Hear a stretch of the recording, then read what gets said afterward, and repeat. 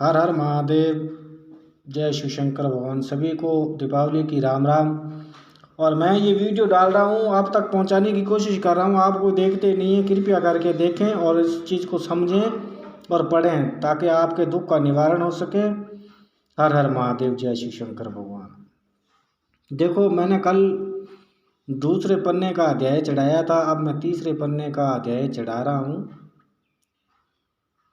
Snake ऋषि के मुख से निकले हुए इन शब्दों को सुनकर सूत जी अत्यंत प्रसन्न हुए। तदुपरांत अपने नेत्रों से प्रेमाश्रुओं की वर्षा करते हुए इस प्रकार बोले, हे सनेक जी तथा अन्य ऋषियों महानुभावों, आप लोग परम ज्ञानी एवं संपूर्ण संसार का हित चाहने वाले हैं। कदीप संसारी लोगों की वह बुद्धि नष्ट हो गई है जिसमें सबके मंगल का ध्यान रहता है, परंतु आप सब लोग इसके अपवाद स्वरूप हैं, क्योंकि आपने अन्य लोगों के उपकार के लिए ही मुझसे ये प्रश्न किया है। अति अब मैं आपकी इस प्रीति के वशीभूत होकर भगवान सदाशिव की इस परम स्तुति का वर्णन करूँगा, जिससे सुनकर काले काल के दुख नष्ट हो जाते हैं तथा अज्ञानी जीवों की भी मुक्ति प्राप्त होती है। यही कारण है कि जो लोग बुद्धिमान होते हैं वह भगवान सदाशिव की तपस्या द्वारा संपूर्ण पदार्थों को अनायास ही प्राप्त कर लेते हैं। शिवलोक में किसी भी प्रकार शोक और दुख भी नहीं व्याप्त हो।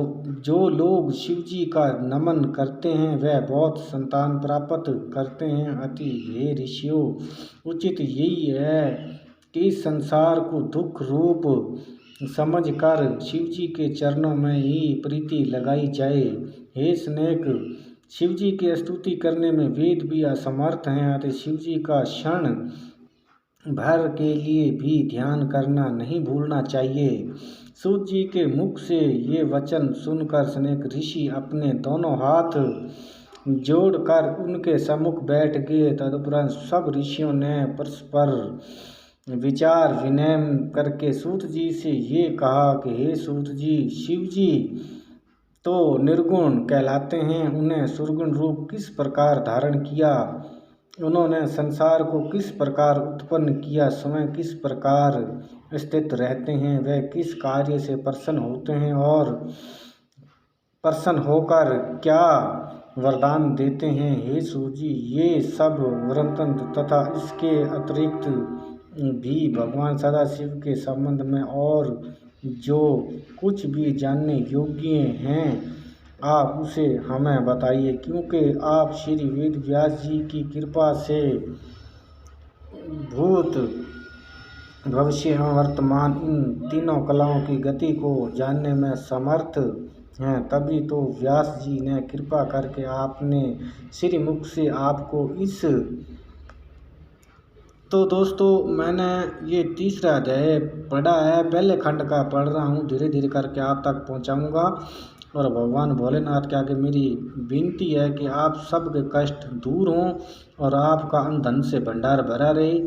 और मेरे इस कथा और शिव जी की ये कथा ज़रूर सुने, ध्यान लगाकर सुने।